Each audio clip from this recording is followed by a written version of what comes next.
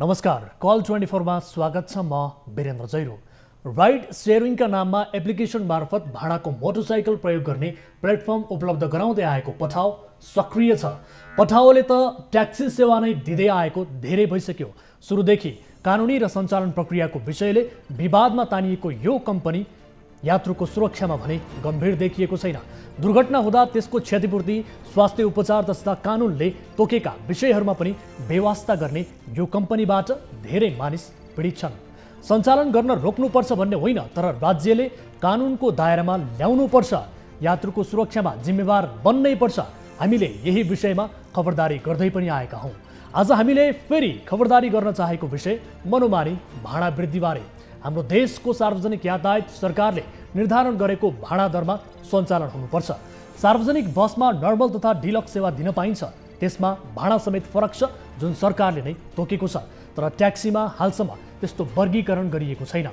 सेवा बढी दिए पनि एकै भाडा दरमा चलाउनु पर्ने कानुनी व्यवस्था छ। कुनै पनि प्रकारको सार्वजनिक यातायात सेवा प्रदान गर्ने कम्पनीले यातायात व्यवस्था विभागबाट अनिवार्य अनुमति लिनुपर्ने कानुनी प्रावधान छ। आफू खुसी निजी सवारी भाडामा तथा ट्याक्सीमा अतिरिक्त शुल्क लिएर सेवाका नाममा बदमासी हुँदा सरकारवालाले केही गर्न सकेका छैनन्। अहिले पठाउका बारेमा फेरि हाम्रो 24 हेल्प डेस्कमा आम सर्वसाधारणको गुनासो आउन थालेको छ।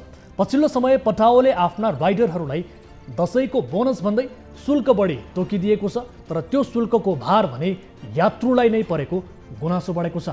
आखिर आम सर्वसाधारण यात्रुमाथि नै किन भार थप्ने त? सञ्चालनमा आएको छोटो समयमा नै लोकप्रियता कमाए पनि बदनामी पनि उत्तिकै कमाउन थालेको पठाउबाट यात्रा गर्दा अब धेरैले सोच्नुपर्ने भएको छ। यो विषय आजको कार्यक्रममा समावेश गर्नेछौँ। सङ्खुवा सभाको सडकको दुर्दशा सम्बन्धीको अर्को रिपोर्ट पनि आज हामीसँग छ। यो सडकको दुर्दशा त्यसै भएको होइन। यहाँ कच्ची सडकमा अधिक क्षमताका ढुवानीका साधनहरू निर्बाध आवत जावत गर्नाले यसको शास्ति स्थानीय नागरिकले बेहोर्नु परेको छ। यो सडकमा विगत 10 वर्षदेखि भारत सरकारको निर्माण कम्पनी सतल जलविद्युत निगमद्वारा नियुक्त भारतीय ठेकेदार जेपी कम्पनी र पटेल निर्माण कम्पनीका सवारी साधनहरू दिनरात गुड्दै आएका छन्। अरुण तेस्रो जलविद्युत आयोजना निर्माणका लागि आवत जावतीय सवारी साधन मार्फत निगमले आयोजना स्थल फ्याक्सिन्दा र पुखुवाका लागि निर्माण सामग्री ढुवानी गर्दै आएको छ। सडकको भारवहन क्षमताभन्दा बढी तौलका यी भारतीय कम्पनीका सवारी साधनहरूको आवागमनले सडकको हालत बिग्रिएको छ। आजको कार्यक्रममा यो विषय पनि समावेश गर्नेछौँ। यसबाहेक तपाईँ दर्शकहरूसँगको प्रत्यक्ष कुराकानीमा हामी जोडिनेछौँ।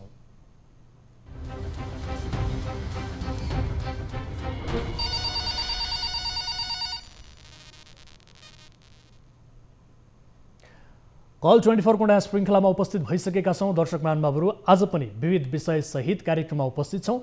आम सर्वसाधारणका ससाना विषयलाई पनि प्राथमिकता दिँदै त्यसलाई कार्यक्रममा समावेश गर्दै त्यसको समाधान खोज्ने अभिप्राय कार्यक्रमले राख्दै आएको छ। कुनै आपद विपदमा पर्नु भएको छ भने तपाईँले हाम्रो टोल फ्री नम्बर 1660 011 2424, एनसेल नम्बर 98 015 7 2424 र एनटिसी अर्थात् भाइबर नम्बर रहेको छ 98 84 011 037 तपाईँका लागि खुला गरिसकेका छौँ। र कार्यक्रम अवधिभर तपाईँ हामीसँग जोडिन सक्नुहुनेछ। आफ्ना समस्याहरू गुनासोहरू राख्न सक्नुहुनेछ र तपाईँका जायज गुनासोले पक्कै पनि प्राथमिकता पाउनेछ र त्यसको समाधान गर्ने कोसिस हामी मध्यस्थकर्ताको भूमिका निर्वाह गर्दै गर्नेछौँ। सम्बन्धित सरकारवाला निकायलाई जवाबदेही बनाउने हाम्रो प्रयास निरन्तर जारी छ भन्दै आजको पहिलो विषयतर्फ यहाँहरूको ध्यान आकर्षण गराउन चाहन्छु। अवैध गतिविधि कल 24 को निशानामा छ। कार्यक्रम सुरु भएदेखि नै अर्थात् डे 1 देखि कल 24 ले यस्ता गतिविधिमाथि निगरानी राख्दै भण्डाफोर गर्दै आएको छ। जनतालाई परेको समस्याको समाधानका लागि सारथी बन्ने अभिप्रायले सुरु भएको यो कार्यक्रममा हामी निरन्तर आम सर्वसाधारणलाई परेको समस्याका ससाना विषयलाई प्राथमिकता दिँदै त्यसको समाधान खोज्ने प्रयास गर्दै आएका छौँ। अहिले पठाउका बारेमा हाम्रो 24 हेल्प डेस्कमा आम सर्वसाधारणको गुनासो आउन थालेको छ। पछिल्लो समय पठाउले आफ्ना राइडरहरूलाई दसैँको बोनस भन्दै शुल्क बढी तोकिदिएको ती सर्वसाधारणले बताइरहेका छन्। तर त्यो शुल्कको भार भने तिनै सर्वसाधारण यात्रुहरूलाई परेको गुनासो बढेको हो। आखिर आम सर्वसाधारण यात्रुमाथि नै किन भार थपिँदैछ? यो विषयमा हामी सरकारवालासँग त कुराकानी गर्ने नै छौँ। त्यसअघि एक यात्रुको गुनासो हामी तपाईँलाई सुनाउनेछौँ। र कुराकानीका लागि हामीसँग एक यात्रु जोडिँदै हुनुहुन्छ। उहाँसँग हामी कुराकानी गर्नेछौँ। दर्शक महानुभावहरू, छोटो समयमा पठाओले आफ्नो लोकप्रियता हासिल गरेको छ, कमाएको छ, आम सर्वसाधारणका लागि सहज पनि बनेको छ। तर यो सँगसँगै राज्यले तोकेका कानुनको दायराभित्र यस्ता कम्पनीहरू आउनु पर्दछ, जसका कारण ती सर्वसाधारण यात्रुहरूले सहज रूपमा आफूले सेवा सुविधाको उपभोग गर्न सकुन्। र अहिले पछिल्लो समय भाडा मनोमानी ढङ्गले बढाएर यात्रुलाई शास्ति दिने र भार थप्ने काम भइरहेको गुनासो बढेको छ। आखिर यसो किन गरियो, यसको वास्तविकता जान्ने बुझ्ने कोसिस हामी गर्नेछौँ। यति बेला हामीसँग एक यात्रु जो यस सम्बन्धी हामीसँग कुराकानी गर्न चाहनुहुन्छ, प्रेम कुमार श्रेष्ठ जोडिनु भएको छ। उहाँसँग कुराकानी गर्छौँ। त्यस पछाडि यससँग सम्बन्धित कम्पनीका सञ्चालकसँग हामी कुराकानी गर्नेछौँ। प्रेमजी, यहाँलाई स्वागत छ कार्यक्रममा। हजुर नमस्कार। हजुर, अब पठाउका बारेमा धेरै गुनासोहरू आइरहेको छ। तपाईँले पनि हामीलाई गुनासो गर्नुभएको छ। वास्तविकता के हो, तपाईँले भोगेको समस्या चाहिँ के हो, यसबारे बताइदिनुहोस् त। अब पठाउमा म तपाईँको यो धेरै पहिला चाहिँ तपाईँको 80देखि म त्यहाँबाट यहाँ बुढानी कण्ठा आउँदाखेरि 80 रुपियाँ उठ्थ्यो होइन। हजुर। त्यसपछि तपाईँको यो पेट्रोल बढ्यो, 1-1 रुपियाँ गरेर बढायो, उनीहरूले पनि बढायो भाडा। त्यसमा तपाईँको 20 रुपियाँ बढ्यो, 100 रुपियाँ अहिले उठ्छ रेगुलर होइन। अहिले यिनीहरू दसैँमा आएर के गरेको छ भने बोनस भनेर 20% हालिदिरहेको छ। हजुर, 20%। हामीलाई कुनै जानकारी छैन। हजुर। बोनस कसरी उनीहरूले 20% हाल्यो। अब हामीसँग हाम्रो पैसा काट्न लाग्दा उनीहरूले हामीलाई सोध्नु पर्यो। मनमान्ने तरिकाले 20% हाल्ने नि, त्यसरी त गर्नु भएन नि। त्यो भन्दाखेरि भाडा बढेको छ भन्छ, भाडा बढेको त जानकारी हामीलाई आउनु पर्यो नि त। हजुर। नेपाल सरकारले पनि कुनै जानकारी दिएको छैन भाडा बढेको छ भनेर। यिनीहरू आफ्नो मनमानी गरेर भाडा बढाएर हुन्छ त। यो पनि दसैँको बोनस भनेर उनीहरूको एप्समा, त्यो राइडरको एपमा बकाइदा तपाईँको रातो उसमा के अरे लिस्टले बनाएको छ, यो एरियामा तपाईँको बोनस भनेर। हजुर, भनेपछि यसको भार त यात्रुहरूलाई पर्यो, अन्य तपाईँ जस्तै अन्य जसले पठाउ युज गर्नुहुन्छ, पठाउ युजरहरूलाई यसको भार त आम सर्वसाधारण यात्रुहरूलाई नै पर्यो नि, होइन? तपाईँले भन्न चाहेको यही हो। अब हामीलाई पो पर्यो नि त। म बिरामी मान्छे, तपाईँको बसमा म हिँड्नु सक्दिनँ, म डायबिटिसको बिरामी। तपाईँको टिचिङबाट आउँछु, म जहिले पनि तपाईँको रेगुलर क्लाइन्ट हो। म तपाईँको 100 रुपियाँ तिरेर आउँदाखेरि आज 120 रुपियाँ तिर्नु पर्यो। यो तपाईँको किन भन्दाखेरि यो दसैँको हामीलाई बोनस हो भन्छन् उनीहरू राइडरहरू। हजुर। अनि हाम्रो पैसा त त्यसले बोनस दिनु मिल्छ त, त्यो त हामीले खुसीले पो दिने हो त। हो। तपाईँ कतिको पठाउ युजर हो, तपाईँ कतिको पठाउ युज गर्नुहुन्छ, यसबारे बताइदिनुहोस् त। म त आज पनि तपाईँको उहाँलाई गरेको हो। उहाँलाई मेरो नाम थाहा छ, प्रेम कुमार श्रेष्ठ। हजुर। मेरो नम्बर पनि उहाँले लेख्नु भएको छ होइन। हजुर। मैले भनेको थिएँ यो कुरा विषयमा कुरा गर्दाखेरि यो परेको छ भनेर उनीहरूबाट रिजन लियो कि यो कुरालाई। हजुर। अब तपाईँ लगायत अन्य यात्रुहरूको पनि हाम्रो 24 हेल्प डेस्कमा यस सम्बन्धी गुनासो आएको छ र यो विषयलाई हामीले सिरियसली सम्बन्धित निकायसँग सोध्ने जमर्को पनि गरिरहेका छौँ। अब तपाईँ यो बताइदिनुहोस् कि तपाईँले प्रयोग गरिरहँदा कहाँदेखि कहाँसम्म तपाईँको गन्तव्य रहन्थ्यो, त्यहाँ पहिले कति तिर्नुहुन्थ्यो र अहिले तपाईँले कति तिर्नु परिरहेको छ यो बढेको सिचुएसनमा? मैले तपाईँको यो पेट्रोल बढ्नुभन्दा यो जुन तपाईँको रेगुलर बढ्यो नि 2 रुपियाँ 1 रुपियाँ 2 रुपियाँ गरेर जुन बढाउनुभन्दा अगाडि 80 रुपियाँ तिर्थेँ।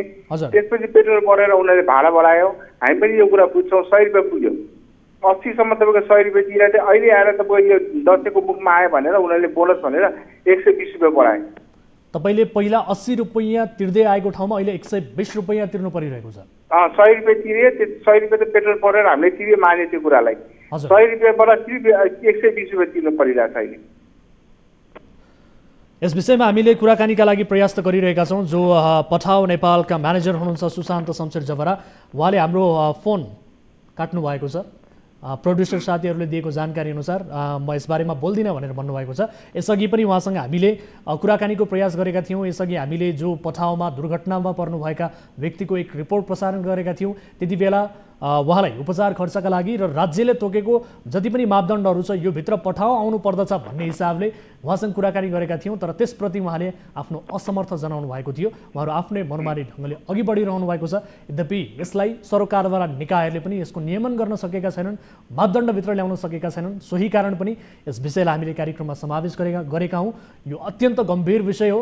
तपाईँले जुन गुनासो गर्नुभएको छ प्रेमजी, यो अत्यन्त गुनासो जायज छ र सोही कारण हामीले यो रिपोर्टमा देखाएका छौँ, यो विषयलाई कार्यक्रममा समावेश गरेका छौँ। तर उहाँहरू बोल्न मानिरहनु भएको छैन यस विषयमा। त्यही त यो तपाईँको यिनीहरू त सिधा यो तपाईँको ब्ल्याक मार्केटिङ हो नि सरलाई भन्नु त हो।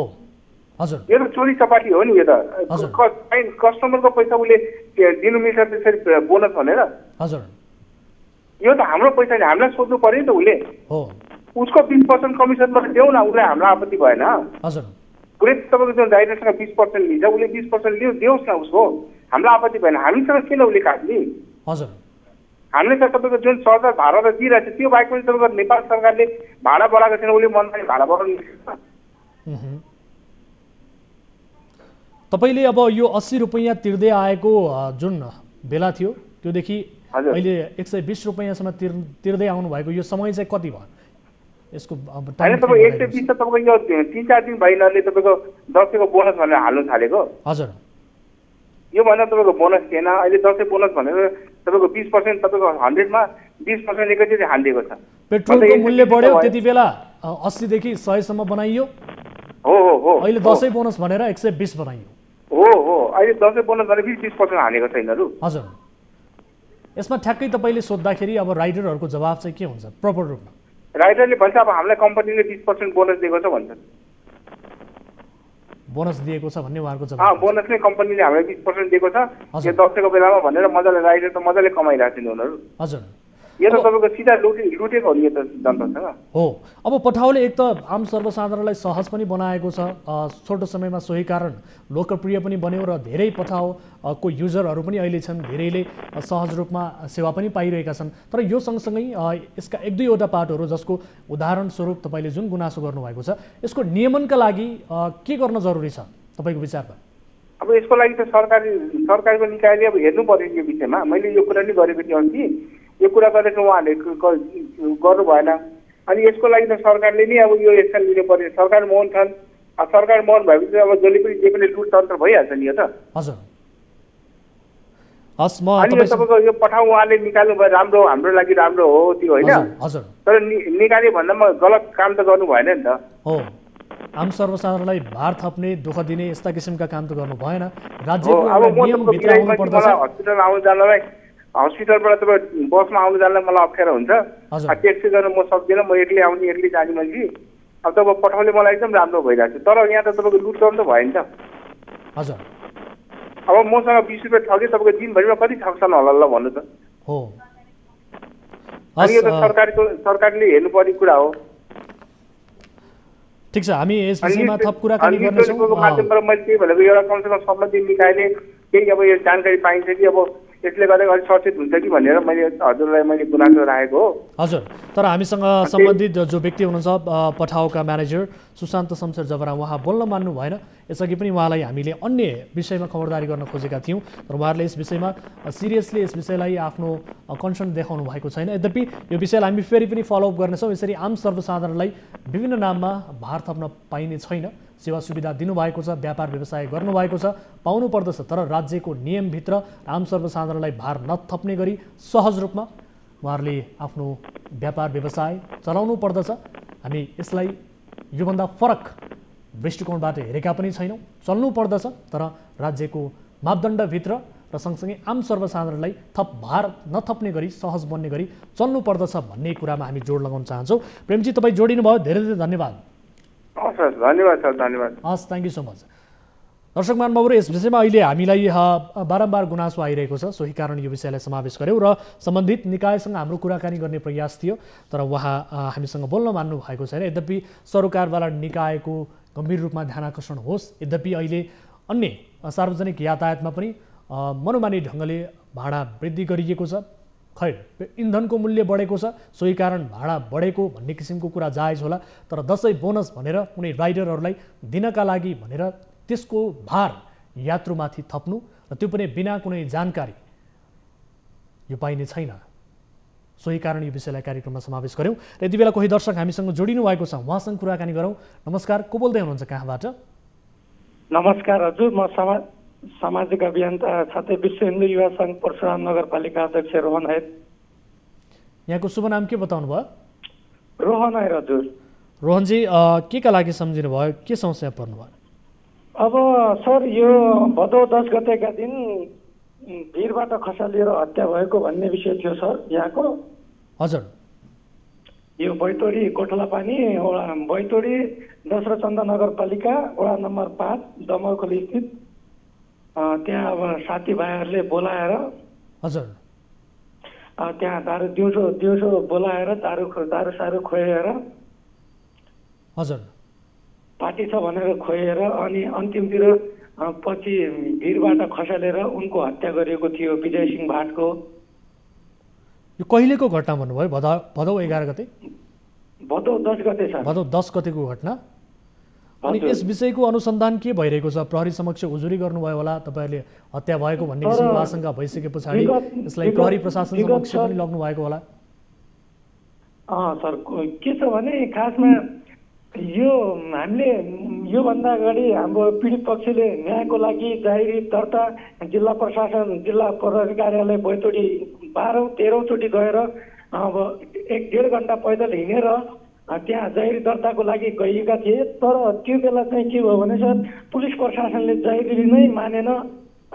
जाहेरी लिन नमानेपछि हामीले हिजो 14 गतेका दिन सरकारी वकिल कार्यालय मार्फत हजुर पीडितको सरकारी वकिल कार्यालय मार्फत मुद्दा दर्ता भएको छ सर। अब प्रहरीले जाहेरी लिन नमान्नुको कारण चाहिँ के हो त? त्यही त सर अब यो हामीले प्रहरी प्रशासनमा पटक 12-13 चोटि धाउँदा पनि अब पुलिस प्रशासनको अब हामी यहाँ पुग्दा पनि त्यो अहिलेसम्म न्यायको लागि हामी यहाँ मागिरहेका छौँ। र अर्को कुरा के छ भने सर 21 वर्षको श्रीमती विधवा भएकी छन्, 1 वर्षको नाबालिग छोरा छ, घर परिवारको अवस्था नाजुक छ। अब यहाँ बैतडी प्रशासनमा दिनादिन धाउँदा यहाँ पुलिस प्रशासनमा दिनादिन धाउँदा पनि अहिलेसम्म हामीलाई न्याय मिलेको छैन। विजय सिंह भाटको हत्या भएको आज 1 महिना हजुर 5-6 दिन भइसकेको छ। भदौ 10 गतेको दिन हत्या भएको। तर अहिलेसम्म न्यायको लागि हामी दिनौँ सदरमुकाम गढीमा गइरहेका छौँ, पुलिस प्रशासनको लागि भनिरहेका छौँ। तर पनि अहिलेसम्म पुलिस प्रशासन मौन छ। न कुनै हत्याराहरूलाई उनीहरूलाई कारबाही गरेको छ, न कुनै अनुसन्धान अगाडि बढाएको छ, न उनीहरूसँग कुनै सोधपुछ नै गरेको छ। हजुर अब यो तपाईँहरूले हत्या हो भनेर भनिरहँदा यो हत्या भएको भन्ने किसिमको आधारहरू त्यस्तो सुरागहरू केही छ त तपाईँहरूले पाउनु भएको? अब विषय हत्याहरूको के छ भने सर दिउँसो फोन गरेर स्वयं उनै साथीहरूले बोलाएको छ। हजुर झ्याप भइसकेपछि अब नसा एकदम धेरै नसा लागिसकेपछि अब उनीहरूले पेसा फेर्ने न्युले भिडबाट खसेको भन्ने विषय राखेको छ। त्यहाँ उनीहरूले होटलबाट आधा घन्टा अगाडि निस्केर त्यहाँ सचिवालयको अगाडि पुगेको मान्छे त्यो हिँड्न नसक्ने अवस्था मान्छेलाई उनीहरूले जबरजस्ती बाइकमा हालेर लगेर अनि त्यहाँ एउटा प्रतीक्षालयको मुखनिर राख्दा के देखिएको छ भने सर अब त्यो भिडबाट खसेर त्यो भिडबाट खसेर मृत्यु हुने भन्ने जस्तो अवस्था पनि छैन सर। र पीडित परिवारलाई त्यहाँबाट खसालेर त्यो विजय सिंह भाटलाई त्यहाँ खसालेर पछि पनि उनकै श्रीमतीले 100 मिटर टाढाबाट आफ्नो श्रीमानको पेलो टी सर्टले चिनेर जब नजिक जाँदा उनीहरू खुट्टाले लुगाइरहेका थिए। खुट्टाले लुगाइरहँदा पनि यति प्रमाण हुँदा पनि र कल रेकर्डिङ हुँदा पनि अहिलेसम्म बैतडी पुलिस प्रशासन मौन। पुलिस प्रशासनले अहिलेसम्म उनीहरूलाई पक्राउ पूर्ति जारी गर्दा पनि अहिलेसम्म पक्राउ गर्न सकेको छैन। कल रेकर्डिङ चाहिँ के को कल रेकर्डिङ हो? के थियो त्यसमा? उनीहरूले बोलाएको थियो सर। अब यो पार्टी छ आइजो भनेर अब उनीहरूले बोलाएको थियो। मसँग पैसा छैन भनेर स्वयं विजय सिंह भाटले कल रेकर्डिङ पनि छ। त्यो कल रेकर्डिङ हुँदा पनि यसरी बोलाएको मान्छेलाई अन्तिम अवस्थामा अब धेरै नशा भइसकेपछि उनीहरूलाई सतर्कतापूर्वक एउटा आफ्नो कर्तव्यका पूर्वक उनीहरूलाई सुरक्षित ठाउँमा र उनको घरमा पुगाउनु पर्ने थियो नि त। तिनीहरूले प्रतीक्षालयमा राखेर उनको त्यहाँ भिरबाट खसालेर हत्या भइसकेपछि जब उनको श्रीमतीले देखिन् तब नजिकबाट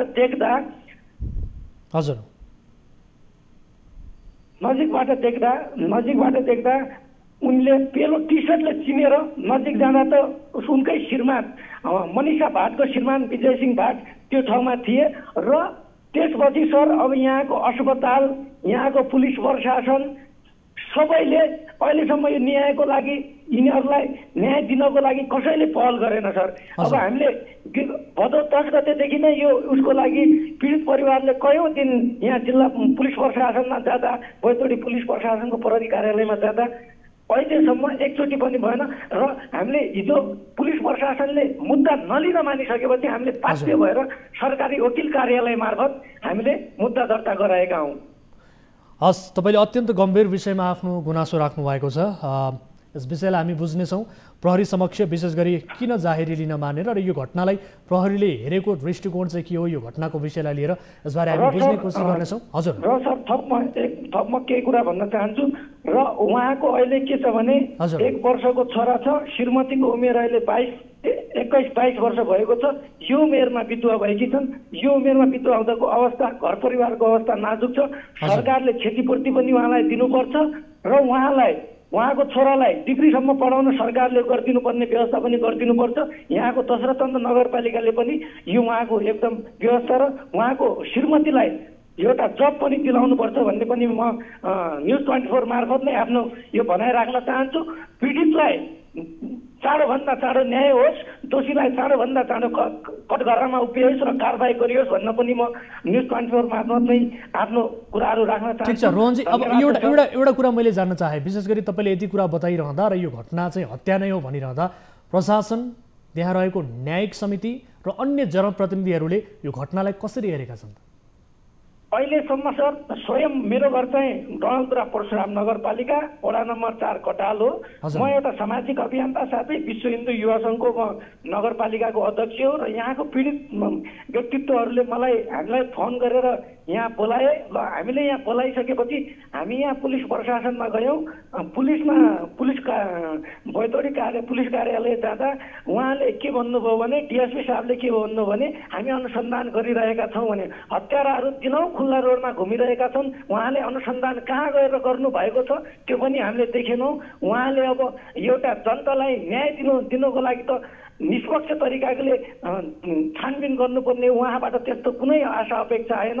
र अरू सबै उहाँ पीडित पक्षको कुरा के छ भने सर, अरू सबैले केस लिन मानिरहेका, तर डिएसपी रमेश सिंह पालले चाहिँ केस लिन मानेको नरहेछ भन्ने पीडित पक्षका बुवा, पीडित पक्षकी श्रीमती मनिषा भाट र उहाँकी भाउजू निर्मला भाट सबैको यो प्रक्रिया सुन्दा र त्यो कारणले यो डिएसपी साहबले चाहिँ किन नमानिरहेका रहेछन्, किन अनुसन्धानमा यति ढिलो गरिरहेका छन्।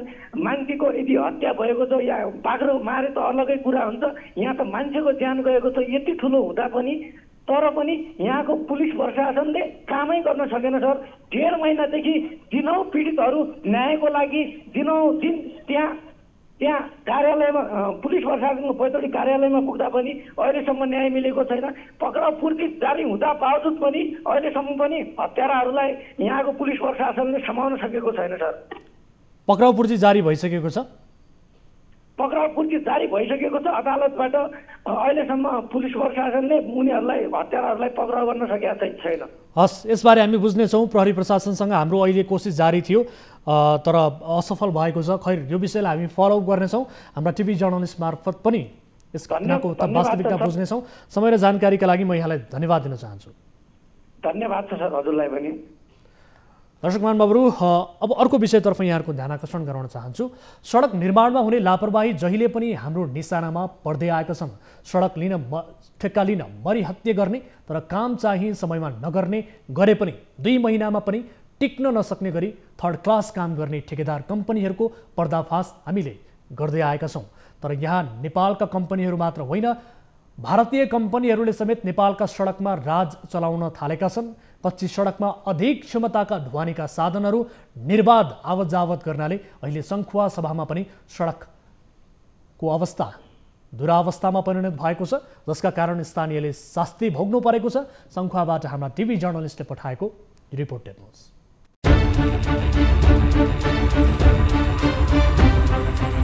दर्शकवृन्द, मेरो पृष्ठभूमिमा देखिरहनु भएको यो मार्ग उत्तर दक्षिण कोशी राजमार्ग हो। यसले 3 देश जोड्छ, नेपाल, भारत र चीनलाई। तर यो बाटोको हालत भने यस्तै छ। वर्षौँदेखि यहाँका नागरिकहरूले र यहाँका यात्रुहरूले यसरी नै दुःख पाइरहेका छन्। यो सडक खण्डका लागि हिउँदमा धुलाम्ने र बर्खामा हिलाम्ने हुनु सामान्य हो। ठाउँ ठाउँमा ठुला ठुला खाल्डा र हिलोका कारण उच्च जोखिम मोलेर यात्रा गर्नुपर्छ यहाँका नागरिकले। सडक मर्मतका लागि जिल्ला प्रशासन कार्यालयमा पटक पटक बैठक बसेर मर्मत गर्ने निर्णय गरिए पनि अहिलेसम्म सडक मर्मत हुन नसकेको सडक खण्डको प्रभावित क्षेत्र चिचिला गाउँपालिकाका अध्यक्ष पासाङ नुर्बु शेर्पाको भनाइ छ। मेन त अब यो ठुलो ठुलो अरुण थडको गाडीहरूले गर्दाखेरि खाल्टाखुल्टी अब पानी आएपछि दब्ने अनि खाल्टाखुल्टी धेरै भएपछि अब अझ हिँड्नलाई अप्ठ्यारो भइरहेछ यो अब हाम्रो गाडीहरू हिँड्नलाई हैन। कच्ची सडकमा अधिक क्षमताका ढुवानीका साधनहरू निर्बाध आवत जावत गर्नाले यो समस्या भोग्नु परेको हो। यो सडकमा विगत 10 वर्ष अघिदेखि भारत सरकारको निर्माण कम्पनी सतल जलविद्युत निगमद्वारा नियुक्त भारतीय ठेकेदार जेपी कम्पनी र पटेल निर्माण कम्पनीका सवारी साधनहरू दिनरात गुड्दै आएका छन्। अरुण तेस्रो जलविद्युत आयोजना निर्माणका लागि आवत जावतीय सवारी साधन मार्फत निगमले आयोजना स्थल पाकिस्तान र पपुवाका लागि निर्माण सामग्री ढुवानी गर्दै आएको छ। सडकको भार वहन क्षमताभन्दा बढी तौलका यी भारतीय कम्पनीका सवारी साधनहरूको आवागमनले सडकको हालत बिग्रिएको हो। सोलिङ गरेर हामी बाटो चलाउँछौँ भनेर भन्नुभयो, तर अहिलेसम्म 1 महिना जति भइसक्यो निर्णय भएको र अहिलेसम्म त्यो काम हुन सकेन। जहिले नै भोलि भन्नेसम्म कुरा भयो र अघि बिहान मात्रै यो कुरामा चासोको विषय किन गरेन भन्यो त अघि बिहान मात्रै मैले सिडिओ साहब लगायत हाम्रो उत्तर दक्षिण सडकको डीलाई पनि मैले फोन गरेर यो बाटो तुरुन्तै चाहिँ सदाबार चल्ने सञ्चालन गर्ने हो भने तुरुन्तै गर्नु पर्यो, नत्र यसलाई फेरि बन्द गरेर सानो गाडी मात्रै चलाउने भन्ने कुराहरू मैले अघि कुरा गर्दा अब चाहिँ फेरि हामी यसलाई चाहिँ तत्काल भोलिबाट चाहिँ सोलिङ गरेर चाहिँ यसलाई चाहिँ गाडी चल्ने व्यवस्थापन गर्छौँ भनेर भर्खरै इन्जिनियर साहबले पनि भन्नुभएको छ। अब हामीले त्यसम्म गरेछौँ। यदि त्यो चाहिँ बनाएन भने हामी चाहिँ बाटो चाहिँ सानो गाडी मात्रै चलाउने, अरू गाडी जुन मालवाहक गाडीहरू चाहिँ बन्द गर्छौँ भनेर हामीले भनेको छौँ। सडक मर्मतमा पटक्कै ध्यान नजाने तर ठुल्ठुला मालवाहक सवारी साधन निरन्तर सञ्चालन गरिँदा यो दुर्दशा भोग्नु परेको हो। यस सडक खण्ड अन्तर्गत खाँदबारीदेखि नुमसम्म 39 किलोमिटर सडक कालोपत्रेका लागि ठेक्का भइसकेकाले दोहोरो खर्च गर्न नमिल्ने सडक डिभिजन कार्यालय तुमलिङ टारको भनाइ छ। उक्त सडक कालोपत्रेका लागि शिवशक्ति शर्मा निर्माण कम्पनीलाई जिम्मा दिइसकेकाले मर्मतको काम पनि उनीहरूले नै गर्नुपर्ने कार्यालयको भनाइ छ।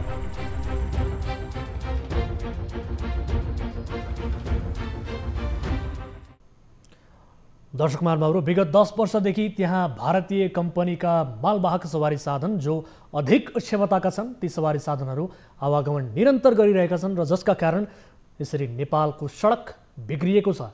स्थानीय नागरिकले सोही सडकका कारण शास्ति भोग्नु परिरहेको छ। विशेष गरी हिउँदमा धुलाम्य र बर्खामा हिलाम्य यो सडकको विशेषता बनेको छ। यस विषयमा थप कुराकानी गर्नका लागि हामीसँग जोडिनु भएको छ चिचिला गाउँपालिकाका अध्यक्ष पासाङ नुर्बु शेर्पा हाम्रो सम्पर्कमा हुनुहुन्छ। अध्यक्षज्यू, यहाँलाई स्वागत छ कार्यक्रममा। धन्यवाद। अब यो विशेष गरी 10 वर्षदेखि भारतीय सवारी साधनहरू जो भारतीय निर्माण कम्पनीका सवारी साधनहरू छन् आवत जावत दिन रात गुड्दाखेरि सडक नै बिग्रियो भन्ने गुनासो आयो। के हो यसको वास्तविकता र यो सडकको दुर्दशाका कारण धेरै स्थानीय नागरिकले यो सडक खण्डका बासिन्दाले दुःख पाए भन्ने गुनासो आएको छ, यसबारे बताइदिनुहोस् त। पक्कै पनि यो हाम्रो आयोजन अरुण थड आयोजनाको चाहिँ आयोजनामा पर्ने जुन यो कोशी राष्ट्रिय सडक अन्तर्गत पर्छ। हजुर, यसमा चाहिँ धेरै यो सडकको क्षमता ठुल्ठुलो सवारी साधनहरू पुग्ने र यसको चाहिँ लेखाजोखा हामीले पटक पटक जिल्ला प्रशासन लगायत अन्य राज्य दलसँग पनि कुरा राख्दाखेरि यसको अहिलेसम्म यसको सुनाइ हुन सकेन। भर्खरै हामीले केही महिना अगाडि नै यसको बाटोको कारणले चाहिँ अब हामीलाई देशमा एउटा भने विश्वभरि नै महामारीको रूपमा फैलिएको कोरोना सँगसँगै अन्य चाहिँ बिरामी साथीहरू पनि उल्टा कसर गर्ने अथवा स्वास्थ्य संस्थाहरूसँग बिरामी लागि समस्या हुने जोखिम चाहिँ त्यो नजिकेर पनि सम्बन्धित हाम्रो उत्तर दक्षिण सडक र आयोजना गर्दा र जिल्ला प्रशासनतिर नै हामीले यसको जानकारी गरायौँ। यो समयमै यसलाई व्यवस्थापन गर्न सकेन भने भोलि कुनै महामारीको कारणले अथवा कुनै बिरामी उपचार गर्न लागि समस्या हुँदाखेरि उपचार गर्न लागि समस्या पर्छ भन्दा पनि यसमा धेरै अन्य हाम्रो भनौँ न प्रदेश सङ्घतिर पनि निर्वाचित गर्ने हामीले कमिटीहरू पनि यसमा ध्यान राख्छौँ र त्यसमा हुन सकेन। वास्तवमा यसमा सडक उत्तर दक्षिण सडकले हेर्नुपर्ने बाटो पनि सही समयमा नहेर्ने, यसको चाहिँ म्यान्टेनेन्स अथवा यसको मर्मत सम्भारहरू नहुने, त्यसको कारणले त्यसमा भागेको यसमा एकदम सहरी साधन अब भनौँ न ठुलो सामान्य ड्राइभर हुने तर सडकमा चाहिँ तपाईँको चाहिँ पछि 30 टनभन्दा माथि यो मालवाहक सहरी साधनहरू चाहिँ आएन भने चाहिँ सहरी साधनको यसमा समस्या आएको चाहिँ छ र यस्तो भइरहेको छ। अब अध्यक्षज्यू पटक पटक तपाईहरू लगायत अन्य सरोकारवाला निकायहरू यो सडकको मर्मतका लागि भनेर जिल्ला प्रशासन कार्यालयमा बैठक पनि गर्नुभएको छ, तर पनि यो तपाईहरूको बैठकले कुनै सार्थकता पाएन, अर्थात् यसको मर्मत चाहिँ किन हुन सकेन? अब यसलाई हामीले पटक पटक म आफूले पनि बन्द गर्नुपर्ने अवस्था नै भएको थियो। मैले गाउँ कार्यपालिका मिटिङ पनि गरेँ, सूचना प्रकाशित गरेँ। अब यसको व्यवस्थापनको पाटोमा लागिरहँदा चाहिँ अब हामीले उहाँहरूलाई यसलाई छिटो सुचारू गर्नुपर्छ भन्ने कुराहरू लागिरहेको पनि अब भएको छैन। अब हामीले यसको पहल कदमी त जस्तै भर्खरै पनि फेरि मैले यसलाई अब चाहिँ पूर्ण रूपमा बन्द सानो सहरी साधन बाहेक ठुलो सहरी साधनहरू चाहिँ पूर्ण नदिने भन्ने कुराहरू चलाएको थियो। अब यसमा बनाउँछौँ, भोलि नै भएछ, अहिले बनाउँछ भनेर चाहिँ हाम्रो उत्तर दक्षिण सडक र जिल्ला प्रशासनबाट त्यस्तो खालको चाहिँ कुराहरू चाहिँ आइरहेको छ। अब बनाउने कुरा तर्खर पनि लाग्ने कुरा चाहिँ छ। अब यसले बनाउने कुरामा अगाडि बढिराखेको चाहिँ छैन सर। हजुर, भनेपछि अब त्यहाँ भारतीय सवारी साधनहरू जति छन् भारतीय निर्माण कम्पनीका, यो अब जलविद्युत आयोजनाका लागि त्यहाँ ओहोरदोहोर गर्ने, यो ओहोरदोहोर गर्ने सवारी साधनहरूमा अधिक क्षमता भएका कारणले सडक बिग्रिएको भन्ने तपाईँलाई पनि थाहा छ, स्थानीय नागरिकलाई पनि थाहा छ भने यसको नियमन गर्न चाहिँ किन सकिएको छैन? त्यसको नियमन मैले जस्तै हाम्रो जिल्ला प्रशासन अथवा जिल्ला प्रहरीकालाई पनि भने यसको नियमन हुनुपर्छ। यसको चाहिँ नियमन हुन सकेन भने भोलि बाटोको चाहिँ कारणले अब धेरै कुराहरू क्षति बेहोर्नुपर्छ। यहाँको स्थानीयवासीहरू चाहिँ हरेक कारणले गर्दा चाहिँ उपचारको होस् अथवा तपाईँको आवाजावतमा होस् अथवा खाद्यान्न हरेक कुराको चाहिँ ढुवानी अथवा यसमा चाहिँ सहजता हुनलाई चाहिँ अलिक समस्या पर्छ भनेर उहाँहरूलाई कुरा राखेँ। ठिक छ अध्यक्षज्यू, म तपाईँसँग केही बेरमा यो कुरालाई निरन्तरता दिनेछु। यति बेला हामीले टेलिफोन सम्पर्कमा यसै विषयमा कुराकानी गर्नका लागि जोडेका छौँ सडक डिभिजन कार्यालय तुमलिङ टारका हुनुहुन्छ गौतम कुमार श्रेष्ठ, उहाँसँग हामी कुराकानी गर्छौँ। गौतम सर, यहाँलाई स्वागत छ कार्यक्रममा। हजुर, धन्यवाद। सडकको विषयमा कुराकानी गरिरहेका छौँ। विशेष गरी अब यो भारतीय कम्पनीका सवारी साधनले विगत 10 वर्षदेखि अरुण तेस्रो जलविद्युत आयोजना निर्माणका लागि जुन प्रयोग गरिरहेको छ, यसले अधिक क्षमताका सवारी साधनले त्यहाँ सडक बिग्रियो भन्ने कुराहरू आइरहेको छ। जो सडक हिउँदमा धुलाम्बे र बर्खामा हिलाम्बे यो सडकको विशेषता बनेको छ, यसलाई किन सुधार गर्न सकिएको छैन सर? अब यस्तो छ, अब अरुण तेस्रो पनि अब राष्ट्रिय गौरवको योजना हो होइन। हजुर, अब त्यसको चाहिँ अब अहिले चाहिँ उसको युद्धस्तरमा उसको कामहरू चलिरहेको छ, इक्विपमेन्टहरू उसको चाहिँ निर्माण सामग्री ल्याउनु पर्ने नै हुन्छ। हजुर, तर चाहिँ अब हाम्रो चाहिँ यो बिचको हाम्रो विशेष गरेर यो सपा खोलाबाट तुमिटार सेक्सन चाहिँ सिङ्गल लेन पनि छ।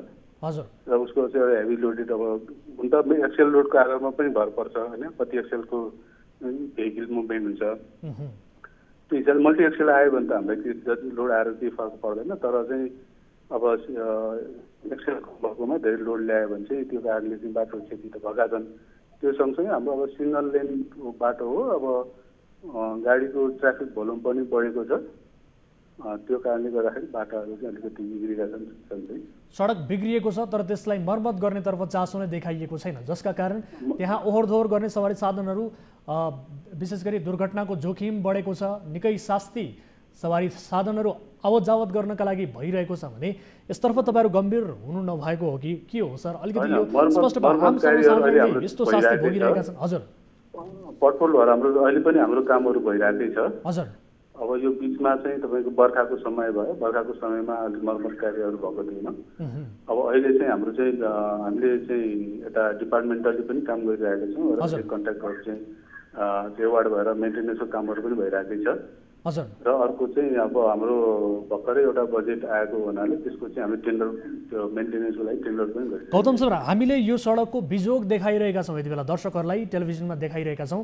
सवारी साधनहरू त्यहाँ लामबद्ध छन्, हिलोमा निस्कन नसक्ने अवस्थामा त्यहाँ सवारी साधनहरू ओहोरदोहोर गरिरहेका छन्। यो दृश्य हामीले त्यहाँ यो दर्शकहरूलाई देखाइरहेका छौँ भने तपाईँहरू यसको मर्मतका लागि भनेर पटक पटक बस्नु पनि भएको छ, निर्णय पनि गर्नुभएको छ जिल्ला प्रशासन कार्यालयमा। भनेपछि अब यो सडक खण्डका बासिन्दा प्रभावित कुन चाहिँ सडक खण्डको कुरा गर्नुभयो? यो चिचिला गाउँपालिकाका जो हुनुहुन्छ यो त्यसमा चाहिँ हाम्रो के छ भने अहिले 3वटा हाम्रो कन्ट्र्याक्टहरू एवार्ड भएर कन्ट्र्याक्ट मोबिलाइज भइसकेको कन्डिसन छ त्यहाँ। हजुर, कन्ट्र्याक्ट मोबिलाइजेसन भइसकेको छ। उनीहरूले चाहिँ आफ्नो अब यो बिचमा बर्खा भयो अनि अब त्यो कारण एग्रिमेन्ट पनि असारको हामीले 17 गते गएको असार 17 गते एग्रिमेन्ट गरेका थियौँ ब्ल्याक टप गर्नको लागि 3टा खण्डमा 0 देखि 14, 14 देखि 26 र 26 देखि 39।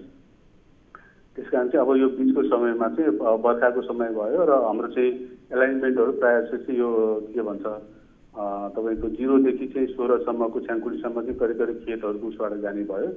त्यसपछि गएर चिचिलाहरूको सेक्सनमा चाहिँ बढी पानी पर्ने क्षेत्र पनि भएको कारणले गर्दाखेरि र अब कन्ट्याक्ट पनि मोबिलाइज भएको कन्डिसन छ र त्यसमा चाहिँ अब हाम्रो तर्फबाट कन्ट्याक्ट मोबिलाइज भइसकेपछि अब हामीले आफ्नो अफिसियली कुनै पनि काम गर्नलाई अब दोहोरो हुने भएको हुनाले हामीले त्यसमा के गरेका छौँ कन्ट्र्याक्टरलाई चाहिँ हामीले चाहिँ बारम्बार घट गरेर अहिले चिचिला सेक्सनमा चाहिँ कप्तानीमा विभिन्न कामहरू चाहिँ उल्लेख गर्दैछ।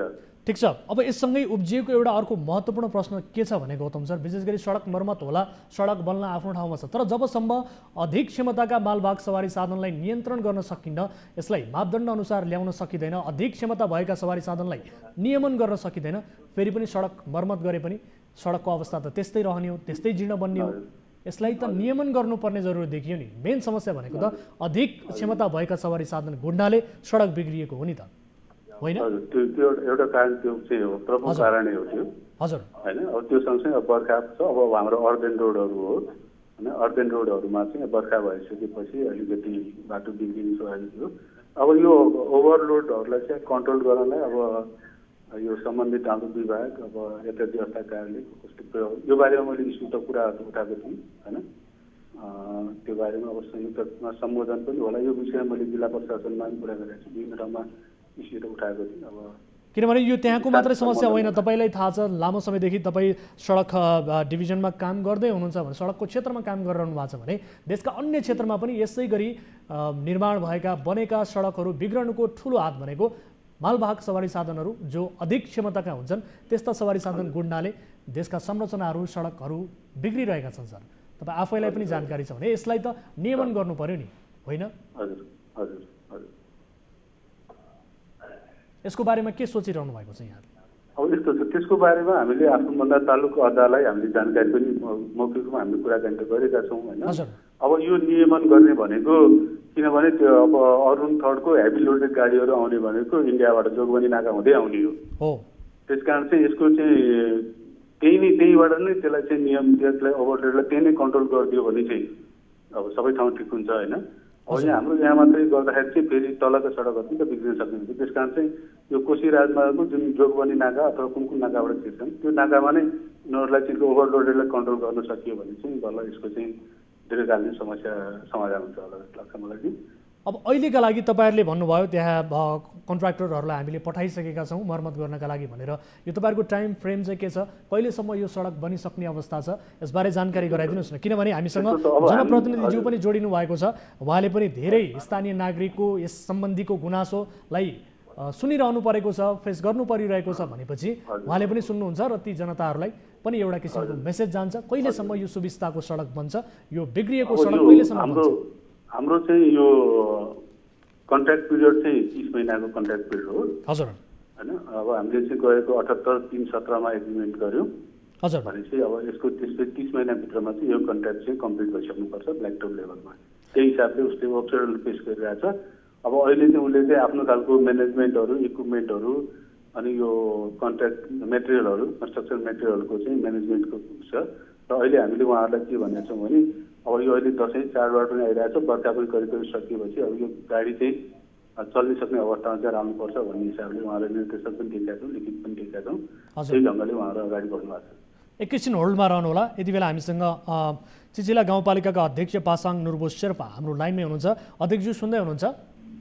अब भर्खरै सडक डिभिजन कार्यालयको कुरा पनि तपाईँले सुन्नुभयो र उहाँहरूले यो सडक मर्मतका लागि भनेर आफ्नो भूमिका कसरी निर्वाह गरिरहनु भएको तपाईँले पाउनु भएको छ। किनभने त्यहाँका बासिन्दाले त अब तपाईँप्रति पनि अपेक्षा गरेका छन्, तपाईँहरूलाई नै विशेष गरी गुनासो गर्ने हुन् भनेपछि मेन अब यो सडक डिभिजन कार्यालयको यो सडक मर्मतलाई लिएर अथवा यो सडकमा भनौँ न एक हिसाबले यो सहज रूपमा यातायातका सवारी साधनहरू गुडुन् भन्नका लागि उहाँहरूको कन्सर्न कस्तो पाउनु भएको छ? यो मलाई एउटा कुरा अघि मैले यो कार्यक्रम सुनिरहेको जुन हिसाबले भन्नुभयो काम भइराखेको छ भन्ने कुरा चाहिँ गलत हो सर। त्यसमा चाहिँ मैले पटक पटक यो कुरामा चाहिँ जतिखेर पनि मैले योभन्दा केही दिन वैशाख महिनाबाट नै अब वर्षको समय सुरुवात हुन्छ। हजुर, यसलाई सामान्यतः चाहिँ सराबर चल्नको लागि चाहिँ यसको मेन्टेनेन्स यसको मेन्टेनेन्स गर्ने काम सुरु गर्नुपर्छ भने उहाँहरू हिसाबको लगायत सडकको लगायत मैले आयोजना कार्यालयले भनेको थिएँ यो त्यो काम सुरुवात पनि गर्नु भएन र अहिले भइरहेको छ भन्ने कुराहरू पनि त्यो गलत। केही समय कि 2 महिना अगाडि नै हाम्रो चिचिला गाउँपालिकाको एरियामा चाहिँ बाटो चाहिँ आवजावत गर्ने समस्या भएको कारणले म आफैले बाटो बन्द गर्दै गर्दा जिल्ला प्रशासनले समेत मैले अनुरोध गरेँ, जानकारी त्यो बाटो बन्द छैन, सहरी साथीलाई सहरी साथी कुरा बन्द गर्नुपर्छ भनेर चाहिँ 2 दिन जति बन्द गर्दाखेरि फेरि सरकारले मिटिङ अथवा जनप्रतिनिधि लगायत समेत कार्यालय र आयोजनाको सबै सम्पूर्ण व्यक्तिहरूले बोलाएर खालको सहमति गरायो बाटो होइन अब बाटो मर्मत गर्ने सुचारू गर्ने भनेको गरेँ र त्यो चाहिँ एउटा घरले भन्यो भने बैठक पनि सीमित रह्यो। हामीले फेरि त्यसलाई त्यो काम सुरु नभएपछि आफै खटेर बन्द गरिसके पछाडि बल्ल त्यसमा उहाँहरूले सबैबाट चाहिँ केही के अरे इक्विपमेन्ट भन्नाले हाम्रो जेसिबी लेबरहरू पठाउँछ र त्यसपछि आयोजनाको टिफर लिएर हामीले कुनै ठाउँमा चाहिँ जस्तोहरू लगाउनु गरेँ। अब समय पुगिसक्यो त्यो त्यसले पनि काम गर्न सकेन।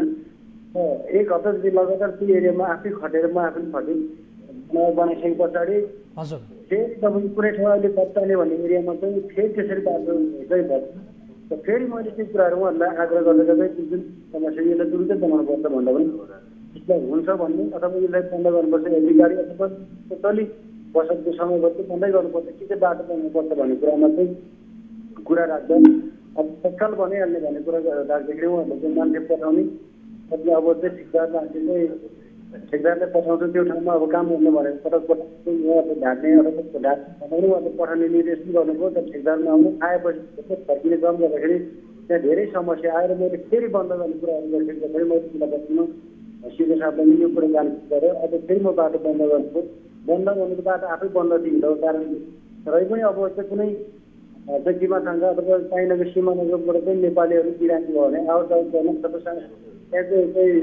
सानो सहरी साथी कुनै समस्या भयो बन्द गर्छ फेरि बनाउने कुराहरू उहाँहरूले गरेको र अघि चाहिँ उहाँहरूले बनाइसक्यो बनाइसक्यो यो चाहिँ हुँदै आउने 2 दिनमा आउने काम गर्ने यसो इलेक्सन पनि जाने मात्रै हो। यो चाहिँ समस्या छ।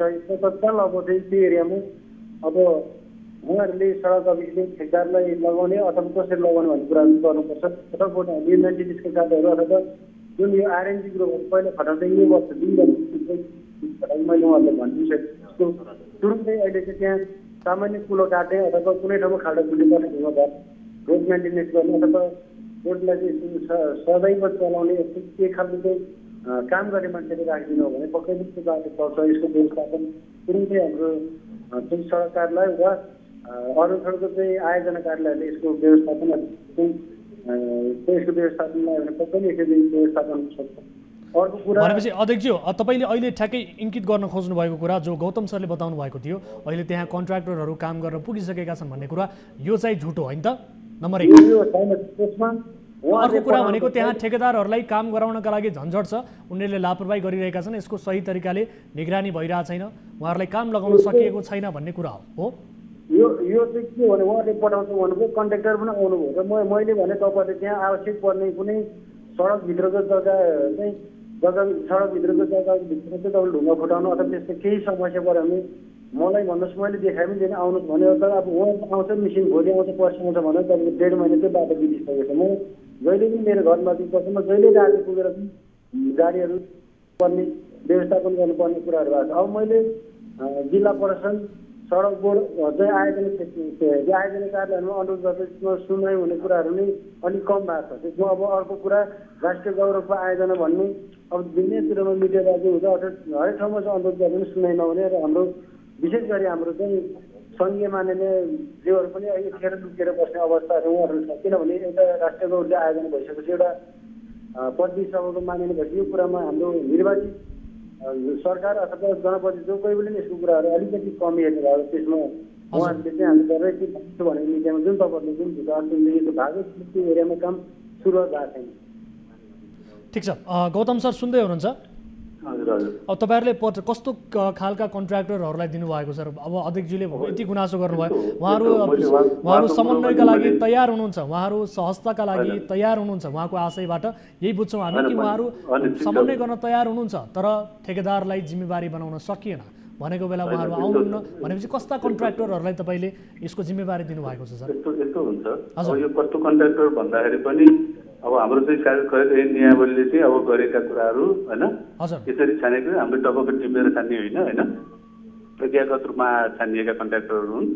र मेरो चाहिँ जहाँ पासाङजीसँग चाहिँ अब हाम्रो बेला छलफल पनि हुन्छ, उहाँहरूले पनि यो कुराहरू गर्नुहुन्छ र जहाँसम्म कप्तानीको कुराहरूमा चाहिँ हामीले मोबिलाइज नगरेको होइन, उहाँ चाहिँ हुन्छ, उहाँले पनि सुन्दै हुनुहुन्छ होला, मोबिलाइज गरेको हो होइन। मेरो चाहिँ हाम्रो सब इन्जिनियर अशोक शर्मा पनि त्यहाँ जानुभएको हो र प्रोजेक्ट म्यानेजर सुभाष राजगिरी चाहिँ त्यही ठाउँबाट काम गर्दा गर्दै फेरि अब त्यहाँ चाहिँ कस्तो हुन्छ ट्राफिकहरू चाहिँ अलिकति उहाँहरू धैर्य पनि नगर्ने अनि काम गर्दा गर्दै गाडी हालिदिने, त्यो भएर फेरि एक्चुअली बाटो बन्द भएर काम हिलो भयो, बाटो बन्द भएपछि फेरि त्यसलाई तानेर उ गर्ने काम एउटा मेसिन हामीले त्यही पनि डिपोर्ट गरिराखेका छौँ। यदि इनकेस केही भयो भने इमिडिएटली चाहिँ गर्नलाई भनेर त्यहाँ चिचिलामै हामीले राखेका छौँ। हाम्रो एउटा हेभी इक्विपमेन्टबाट चाहिँ इक्विपमेन्टै त्यहाँ हामीले डिप्लोय गरिराखिरहेका छौँ भने। अब अर्को कुरो के छ भने अब कन्ट्र्याक्टर नै किनभने अब बर्खाको समय छ, उनीहरूले चाहिँ उनीहरूको वर्क सेड्युल अनुसार चाहिँ उनीहरू होला अलिकति ल्याग चाहिँ छ होइन, तर चाहिँ अब यो बर्खाको समयको कारणले गर्दाखेरि उनीहरूले चाहिँ अब इक्विपमेन्ट मेटेरियलहरू म्यानेज त गर्नुपर्छ, त्यति नजिकै एभाइलेबल मेटेरियलहरू पनि छैन। जहाँसम्म उहाँले भन्नुभयो त्यो अब यो सडकको भित्र ढुङ्गा सुङ्गा निकाल्ने यताउता गर्ने कुराहरू छ, त्यसमा हामीले गरिराखेका पनि छौँ र बाटो सञ्चालन गर्ने क्रममा अरुण थर्डसँग चाहिँ हामीले समन्वय गरेर उहाँहरूलेबाट पनि विभिन्न सेक्सनहरूमा काम भइरहेको पनि छ। अरुण थर्डले पनि त्यसमा चाहिँ उहाँहरूको आफ्नै कस्टमा चाहिँ सपोर्ट पनि कामहरू भइरहेको, उहाँहरूसँग हामी समन्वय गरेर काम गरिरहेकै हो होइन।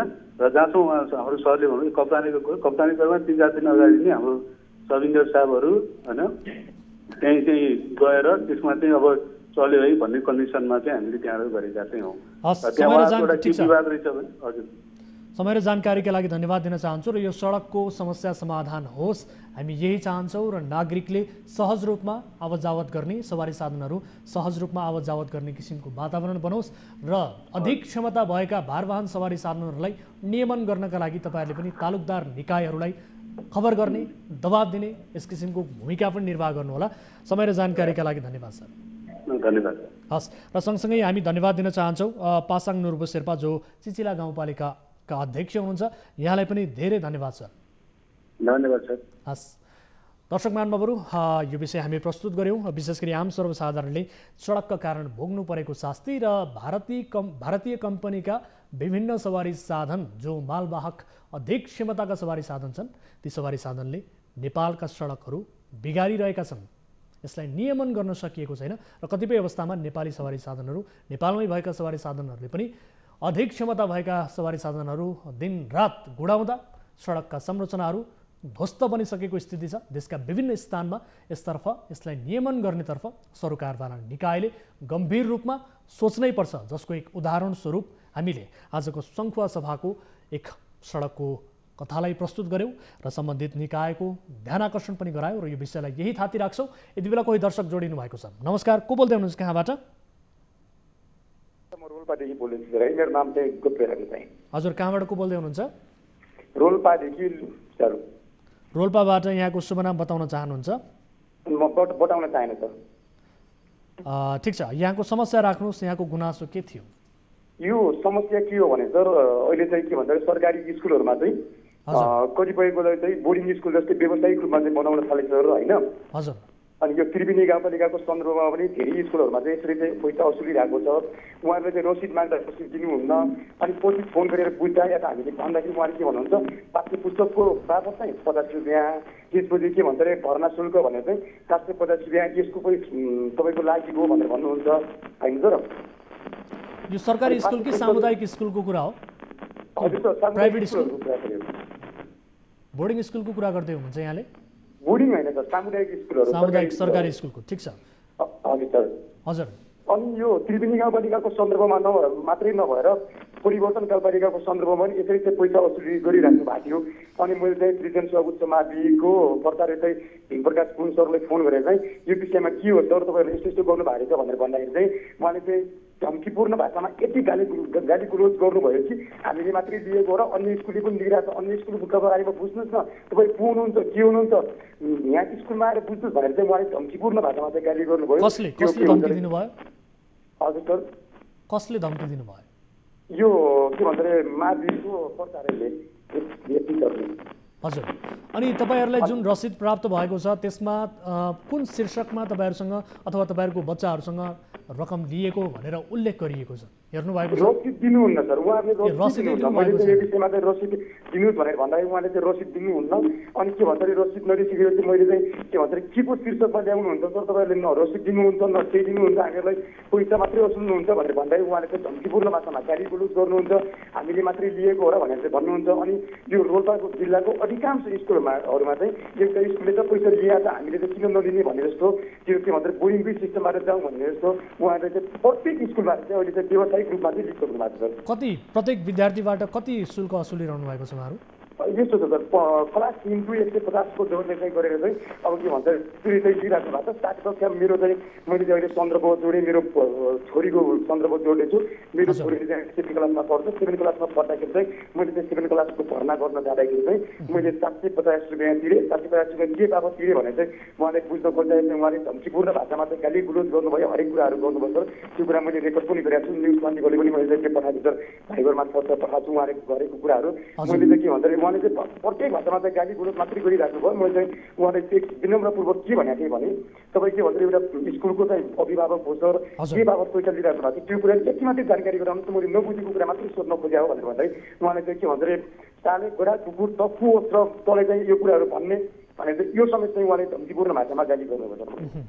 हस्, ठिक छ, हामी यसबारे बुझ्ने कोसिस गर्नेछौँ र तपाईँले गम्भीर विषयमा जानकारी गराउनु भएको छ। कुनै पनि शुल्क लिँदाखेरि विशेष गरी विद्यालयले रसिद अनिवार्य दिनुपर्ने हुन्छ।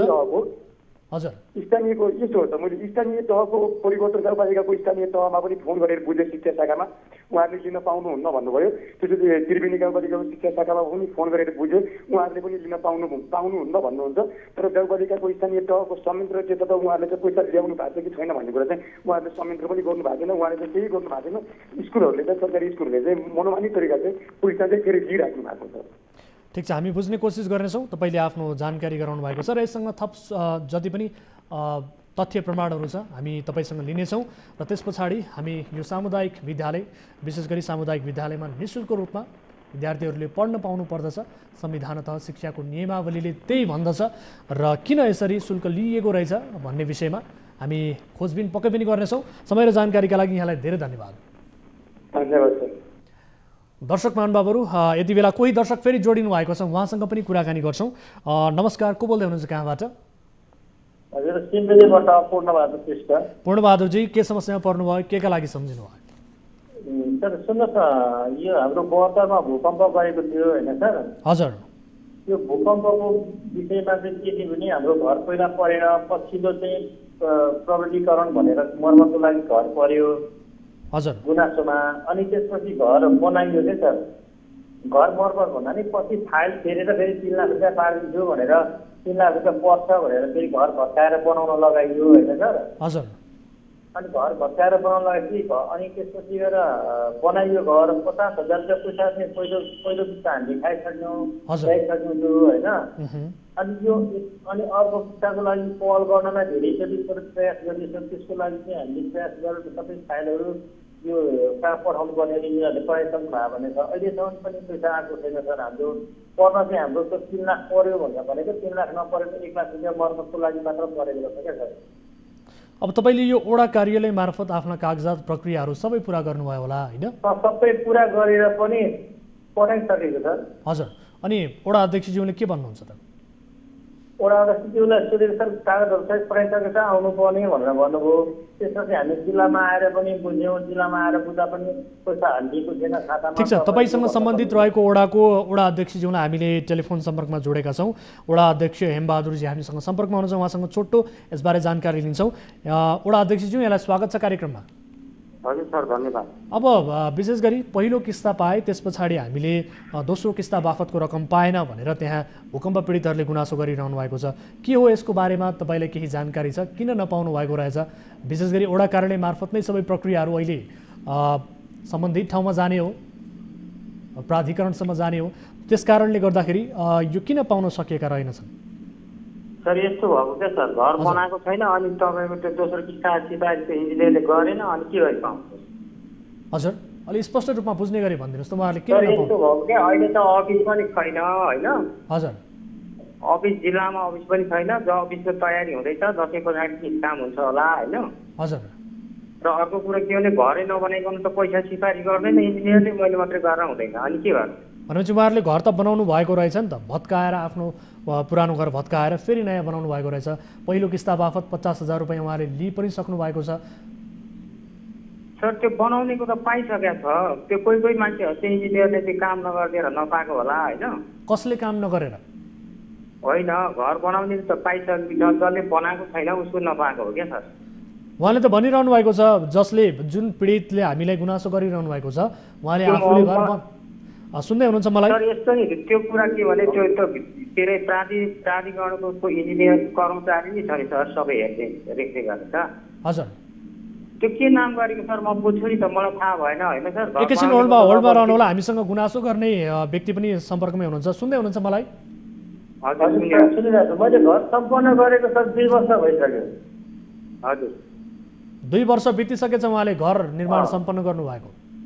हजुर उहाँ जस्तै अन्य धेरै व्यक्ति घर सम्पन्न गरेको होइन सर। हजुर अहिलेसम्म पनि मेरो 50,000 भन्दा दोस्रो अर्को अन्तिम किस्ता निकासा भएको छैन सर। सुन्दै हुनुहुन्छ वडा अध्यक्षज्यू? सर के नाम गरेको मान्छे सर? नाम बताइदिनुहोस् त तपाईँको वडा अध्यक्षज्यूले, अनि बुझ्नुहुनेछ तपाईँको बारेमा।